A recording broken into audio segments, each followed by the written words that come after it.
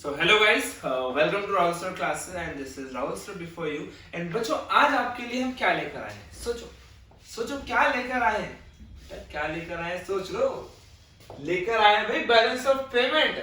Balance of payment, हाँ बेटा balance of payment और बैलेंस ऑफ पेमेंट की शॉर्ट ट्रिक्स। क्योंकि मेरे पास बहुत सारे बच्चों की क्वेरी आ रही थी। क्वेरी किस चीज की कि सर डेबिट में क्या डालना है, बैलेंस ऑफ पेमेंट के क्रेडिट में क्या डालना है, करंट अकाउंट में क्या डालना है और कैपिटल अकाउंट में क्या डालना है। सर इस चीज में बड़े कंफ्यूज हो जाते हैं और जिसकी वजह से हमारा क्वेश्चन हो जाता है गलत। तो ये गलत ना हो इसी के लिए आपको सिर्फ इस 10 मिनट की वीडियो के अंदर अंदर आप अपने कॉन्सेप्ट को पूरा क्लियर अप करवाओगे और मैं गारंटेड कह सकता हूं कि इस 10 मिनट के अंदर अंदर आप अपने पूरे चैप्टर को अच्छे से समझ सकते हो। और सो बिना किसी देरी के स्टार्ट करते हैं। Let's start the video. So balance of payment क्या होता है? Balance of payment is an accounting statement that provides systematic records of all economic transactions between resident of the country and rest of the world in a given period of time।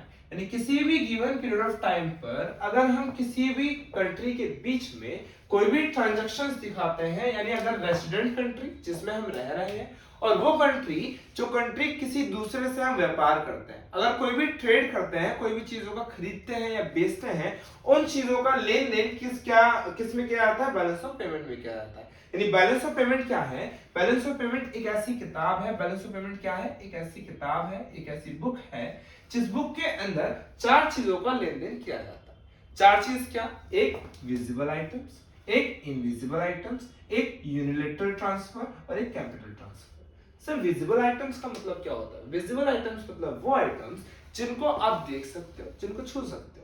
तो invisible क्या होते हैं? Invisible का मतलब ऐसे items जिनको आप देख नहीं सकते लेकिन उनको यूज कर सकते हो, लाइक सर्विसेज। अगर मैं आपको पढ़ा रहा हूं तो मैं पढ़ाना क्या है? सर्विस प्रोवाइड कराना है। डॉक्टर है तो डॉक्टर अगर आपको सर्विस प्रोवाइड करा, दिस इज ऑल सर्विस, क्योंकि उसकी सर्विसेज को आप महसूस कर सकते हो लेकिन देख नहीं सकते। तो सेम चीज कि visible items, invisible items, unilateral transfer और capital transfer. This is the example. अगर मैं बोलूं विजिबल आइटम्स सर क्या होता है? जैसे गुड्स। अगर मान लो आपने मशीन खरीदी तो मशीन किसी फॉरेनर से, यानी कि आप विदेश से खरीदोगे या किसी फॉरेन से खरीद रहे हो और उस वहां से आपने मशीन खरीद ली, लेकिन वो किसके अंदर आएगी? वो भी बैलेंस ऑफ पेमेंट के अंदर ही आएगी। अगर आप कोई शेयर्स खरीद रहे हो तो वो भी बैलेंस ऑफ पेमेंट के अंदर आएंगे। अगर आप कोई नई टेक्निक खरीद रहे हो तो वो भी बैलेंस ऑफ पेमेंट के अंदर आएगा।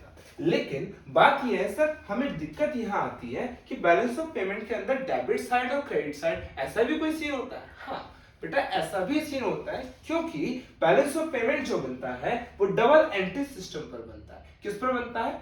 डबल एंट्री सिस्टम पर। और एग्जाम में क्वेश्चन कभी कभी एमसीक्यू में पूछ लेता है कि बैलेंस ऑफ पेमेंट किसके अंदर बनता है, कौन से एंट्री सिस्टम होता है। तो बेटा याद रखना डबल एंट्री सिस्टम होता है। 1 मार्क्स का क्वेश्चन कभी कभार पूछ जाता है। तो balance of payment double entry system होता है क्योंकि इसके अंदर 2 अकाउंट होते हैं, यानी डेबिट एंड क्रेडिट। यानी डेबिट साइड भी कुछ आता है और क्रेडिट साइड भी कुछ आता है। फिर एक बच्चा बोलता है सर गुरुजी मुझे ये समझ नहीं आया कि डेबिट साइड क्या है और क्रेडिट साइड क्या है, ये डेबिट में क्या आएगा और क्रेडिट में क्या आएगा। लेकिन वो हम पढ़ेंगे बाद में कि डेबिट में और क्रेडिट में क्या क्या चीजें आती हैं। लेकिन उससे पहले आपको ये याद रखना है कि बैलेंस ऑफ पेमेंट में एक ऐसी किताब है या बैलेंस ऑफ पेमेंट एक ऐसी बुक है जिस बुक के अंदर क्या आती है? 4 चीजें आती हैं, visible items, invisible items, unilateral transfer और कैपिटल ट्रांसफर। यहां तक तो सर हमें बात में समझ में आ गई कि ये चारों चीजें हमें इसके अंदर पढ़नी है या इनके रिकॉर्ड्स को पढ़ना है। लेकिन हम visible items, invisible, unilateral, capital transfer यहां पर लिख भी देंगे, लेकर आ जाएंगे। इसके अलावा सर कुछ और आता है? हाँ, उसके अलावा 2 चीजें आती हैं। क्या? इस किताब के अंदर 2 अकाउंट बनाए जाते हैं। वो 2 अकाउंट क्या होते हैं? वो करंट अकाउंट और वो कैपिटल अकाउंट। करंट अकाउंट और कैपिटल अकाउंट कैसे पता करेंगे कि कौन सी चीजें करंट अकाउंट में आएंगी और कौन सी चीजें कैपिटल अकाउंट में आएंगी? तो याद रखना कि ये 3 चीजें हैं। ये 3 चीजें किसका पार्ट होती है? करंट अकाउंट का पार्ट होती है। Visible, invisible, unilateral. इसके अलावा करंट अकाउंट में कुछ भी नहीं आता। ये चीज याद रखना, इन चीजों के अलावा जो भी इनसे रिलेटेड ट्रांजैक्शंस होंगी, इनके अलावा करंट अकाउंट में कुछ भी नहीं आता। फिर बचा सर कैपिटल अकाउंट में क्या बचा? सिर्फ ये एक ही चीज। हाँ बेटा, जो कैपिटल अकाउंट में सिर्फ एक चीज आती है और जिसका नाम क्या है, कैपिटल ट्रांसफर। यानी आपको ये दिक्कतें नहीं होंगी सर करंट अकाउंट में क्या आता है, कैपिटल अकाउंट में क्या आता है, क्योंकि करंट अकाउंट में तो 3 चीजें आती है। वो 3 चीजें क्या, विजिबल, इनविजिबल और यूनिलैटरल। फिर जो बच गई वो किसके अंदर आती है, कैपिटल के अंदर। लेकिन सर यहाँ पर आपने बताया कि एक डेबिट है एक क्रेडिट है, लेकिन डेबिट में क्या आएगा और क्रेडिट में क्या आएगा। तो डेबिट में वो चीजें आती है, याद रखना, यदि पैसा आएगा, यदि पैसा आएगा तो वो आएगा क्रेडिट साइड, और अगर पैसा जाएगा तो वो कहां आएगा, करंट अकाउंट। पैसा आएगा तो क्रेडिट, पैसा जाएगा तो डेबिट, पैसा आएगा तो क्रेडिट, पैसा जाएगा तो डेबिट। सेम चीज यहां पर भी आप क्या करोगे, यही चीज, पैसा आएगा तो क्रेडिट साइड और पैसा जाएगा तो डेबिट साइड। अब बात समझ में आती है सर, चलो यहाँ पर तो आपने बता दिया पैसा आएगा या जाएगा, लेकिन अगर एग्जाम में कोई पॉइंट आ गया तो हम कैसे डिसाइड करें कि इसके अंदर क्या क्या चीज रहेगी। जैसे अगर मैं आपको बोलूं कि exports of goods, exports of goods, अब एक्सपोर्ट अगर करोगे तो पैसा आपका क्या होगा, आएगा या जाएगा। सोचो, अगर एक्सपोर्ट कर रहे हो तो इसका मतलब यह है कि आप कोई सामान बेच रहे हो, और अगर बेचोगे तो पैसा मिलेगा, और अगर पैसा मिलेगा तो वो किसके अंदर आएगा, करंट अकाउंट या कैपिटल अकाउंट, करंट अकाउंट। क्यों, क्योंकि विजिबल आइटम्स क्या है हमारा, गुड्स, गुड्स से हमारा विजिबल आइटम्स होता है, और विजिबल आइटम्स को देख सकते हैं, मतलब गुड्स को देख सकते हैं, तो वो किसके अंदर आना चाहिए, क्रेडिट साइड के अंदर आना चाहिए। क्योंकि अगर हम बोल रहे हैं exports of goods, exports of goods का मतलब अगर यहाँ से गुड्स जाएगा बाहर तो वहां से पैसा मिलेगा, और मिलेगा तो कहाँ आएगा, क्रेडिट साइड। सेम चीज अगर मैं इसी को बोलूं एक्सपोर्ट ऑफ सर्विसेज, अगर मैं कोई सर्विस दे रहा हूं, यानी मैं अगर यहाँ पढ़ा रहा हूं या किसी बाहर फॉरेनर्स को पढ़ा रहा हूं, तो मुझे क्या मिलेगा, पैसा मिलेगा, पैसा मिलेगा तो कहाँ आएगा, क्रेडिट साइड, क्योंकि सर्विस है। अच्छा, इसके अलावा और क्या हो सकता है, हम कहते हैं यूनिलैटरल ट्रांसफर क्या होता है। यूनिलैटरल ट्रांसफर का मतलब होता है, याद रखना बच्चों, वन साइडेड। क्या होता है, वन साइडेड। अब वन साइडेड क्या होता है सर, वन साइडेड मतलब कि या तो आपको पैसा मिल रहा है लेकिन उसके बदले में कुछ भी नहीं कर रहे। अगर मान लो स्कॉलरशिप मिल रही है तो उसके बदले में कुछ करोगे, नहीं सर। वहां से चैरिटी मिल गई, यूएस से इंडिया को चैरिटी मिल गई, तो उस पैसा तो मिल गया, पैसा तो रिसीव हो गया, लेकिन आपको उसके बदले में कुछ भी नहीं करना पड़ा, उसके बदले में आपको कुछ भी रिटर्न में नहीं देना पड़ा। तो ऐसा पैसा क्या कराता है, यूनिलैटरल ट्रांसफर आता है, और अगर पैसा आएगा तो हमें किस में डालना पड़ेगा, क्रेडिट साइड में डालना पड़ेगा। चलो ठीक है, यहां तक समझ में आ गया। सर अगर हम किसी को चैरिटी दे रहे हैं, मान लो नेपाल में भूकंप आ गया और नेपाल में पूरे भूकंप से तबाही मच गई, अब इंडिया ने किसी को हेल्प कर दी, तो इंडिया ने जब हेल्प की क्या वो वापस लेगा, सोचो। अगर इंडिया किसी की हेल्प कर रहा है क्या वो वापस लेगा, नहीं, वो वापस नहीं लेगा, लेकिन हेल्प तो कर दी, हमारे पास से पैसा तो चला गया, और अगर पैसा चला गया तो कहाँ आएगा, करंट अकाउंट में। अब बात आती है sir current account capital account, नहीं बेटा, करंट अकाउंट में आएगा, कैपिटल अकाउंट में नहीं आएगा। फिर कैपिटल अकाउंट में क्या आता है, कैपिटल अकाउंट में वो चीजें आती हैं जो सिर्फ आपके एसेट्स से रिलेटेड होती है, यानी फाइनेंशियल एसेट्स से रिलेटेड होती है। जैसे अगर मैं बोलूं बोरिंग्स, अब बोरिंग्स जो है यानी कि हमने किसी से उधार लिया, अब उधार लेंगे तो पैसा तो आएगा, और अगर पैसा आएगा तो किसके अंदर आना चाहिए, कैपिटल अकाउंट के क्रेडिट साइड आना चाहिए। अब मैं बोलूं सर हमने अगर किसी से लोन दे दिया, तो अगर मान लो फॉरेनर से कोई पर्सन आ रहा है और हमने उसको लोन दे दिया, तो बेटा लोन दोगे तो पैसा आपके पास से जाएगा, और अगर पैसा चला गया तो कहां चला जाएगा, यहाँ पर डेबिट साइड में। इसके अलावा कोई और किसी को दिक्कत तो बता देना, ठीक है। चलो यहां तक तो समझ में आ गया हमें कि सर बीओपी एक ऐसी किताब है जिस किताब के अंदर 2 अकाउंट बनाए जाते हैं, और 2 अकाउंटों के बीच में अगर पैसा आएगा तो क्रेडिट साइड आता है, और पैसा जाएगा तो डेबिट साइड आता है। यस, तो नेक्स्ट टॉपिक हमारा जो था वो अब इसके आगे आना है, और इसके आगे क्या आना है कि अगर कभी पूछ ले कि भाई बीओपी में कंपोनेंट्स क्या होता है, क्या कंपोनेंट्स होते हैं बीओपी के, तो बेटा बीओपी में 2 अकाउंट होते हैं। 2 अकाउंट कौन कौन से, एक होता है हमारा करंट अकाउंट, एक होता है हमारा करंट अकाउंट, और एक होता है हमारा कैपिटल अकाउंट। तो सर कैपिटल अकाउंट और करंट अकाउंट में क्या कंपोनेंट नाम की कोई चीज होती है, हाँ बेटा, करंट अकाउंट के कुछ कंपोनेंट होते हैं। कंपोनेंट मतलब कितनी चीजें इसके अंदर आती हैं। तो करंट अकाउंट के अंदर 3 चीजें आती हैं। वो 3 चीजें क्या है? Visible items, invisible items, unilateral. अगर कभी भूल जाओ तो याद रखना कि पूरी बुक में 2 अकाउंट बनते हैं और 2 अकाउंट में से करंट अकाउंट में 3 चीजें आती हैं, और जो बच गई चौथी चीज वो कौन सी बच गई? Capital transfer.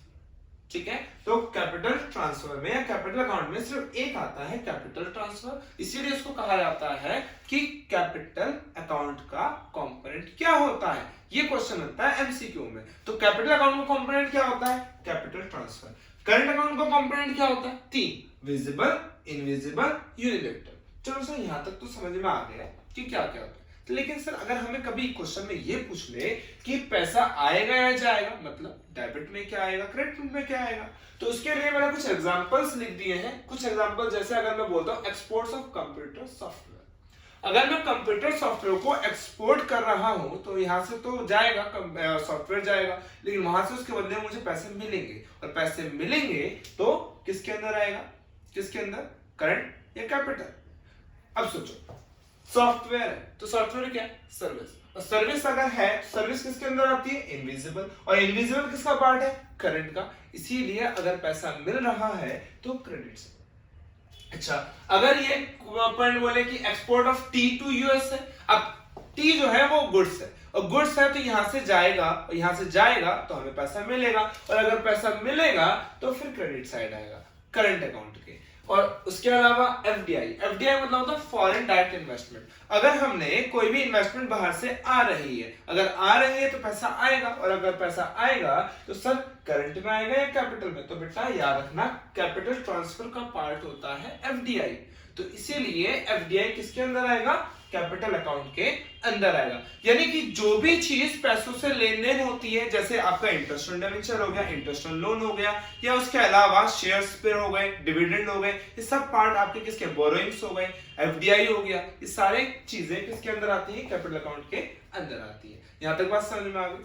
ठीक है। इसके अलावा हमने कहा सर इसको और कोई चीज है? हाँ, इसके अंदर 2 चीजें और आती हैं बेटा, ऑटोनोमस आइटम्स और accumulating items. Sir autonomous items क्या होता है? एक्यूमुलेटिंग आइटम्स क्या होता है?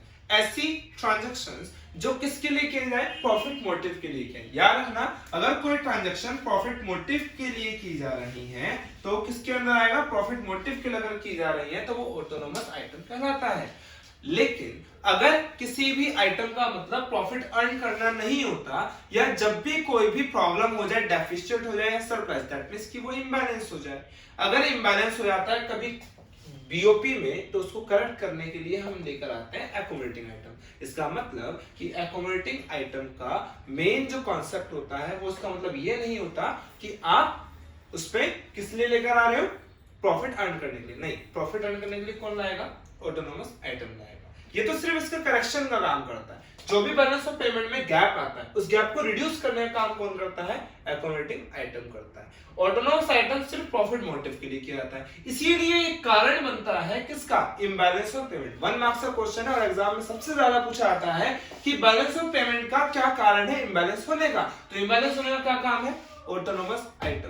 तो ऑटोनोमस आइटम एक बड़ा रीजन है किसमें? बैलेंस ऑफ पेमेंट में इंबैलेंस होने का, दैट मींस डेफिशिएंट होने का और सरप्लस होने का। क्योंकि डिसइक्विलिब्रियम तभी होगा जब दोनों बराबर नहीं होंगे, और जो दोनों बराबर नहीं होंगे तो क्या होंगे? या तो कभी सरप्लस ज्यादा होगा या डेफिशिएंट ज्यादा होगा। अब बात आती है सर डेफिशिएंट क्या होता है, सरप्लस क्या होता है? डेफिशिएंट का मतलब घाटा।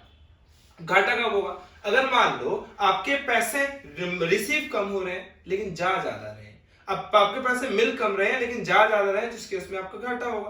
और अगर घाटा होगा तो उस केस में हमारा क्या कहलाएगा? डेफिशिएंट बीओपी कहलाएगा। लेकिन अगर मैं ये बोलूं कि आपको पैसा ज्यादा मिल रहा है, रिसीव ज्यादा कर रहे हो, लेकिन पेमेंट कम करनी पड़ रही है, तो उस केस में तो फायदा होगा। और अगर फायदा होगा तो हमारा सरप्लस बीओपी हो जाएगा। और इसी चीज को, गैप को कम करने का काम जो होता है वो एक्यूमुलेटिंग आइटम को होता है। इसीलिए इसको किस नाम से जाना जाता है? ये फिर 1 मार्क्स में क्वेश्चन पूछेगा, एमसीक्यू में क्वेश्चन पूछेगा कि accumulating item is also known as, किस नाम से? Below the line items. तो एक्यूमुलेटिंग आइटम्स किसके नाम से जाना जाता है? बिलो द लाइन आइटम्स के नाम से जाना जाता है। और ऑटोनोमस आइटम किस नाम से जाना जाता है? Above the line item. Ordinals के नाम से जाना जाएगा और अबव द लाइन आइटम्स। यहाँ तक कोई दिक्कत, किसी को भी कोई भी दिक्कत या परेशानी हो तो उसमें पूछ सकते हो, कमेंट में डाल देना कि सर ये पार्ट समझ में नहीं आया, वो दोबारा आपको पार्ट बना दिया जाएगा। लेकिन इसकी जरूरत नहीं पड़ेगी क्योंकि अब आपको पता चल गया है कि बैलेंस ऑफ पेमेंट क्या है और बैलेंस ऑफ पेमेंट के अंदर कितने अकाउंट्स आते हैं और उन अकाउंट्स में क्या क्या चीजें आती है और कौन सी चीज कहाँ आएगी, ये आसानी से सिंपल क्लियर हो जाएगा। तो बच्चों कैसी लगी वीडियो, मजा आया? लेकिन सबसे जरूरी काम तो रहेगा। जरूरी काम क्या कि एक तो वीडियो को लाइक कर देना, कमेंट में डाल देना कि कौन सी और टॉपिक की वीडियो बनानी है, और सबसे जरूरी काम जिसकी वजह से आप पार नहीं कर पाओगे बीओपी, क्या? सब्सक्राइब जरूर कर देना और इस बार बीओपी पार।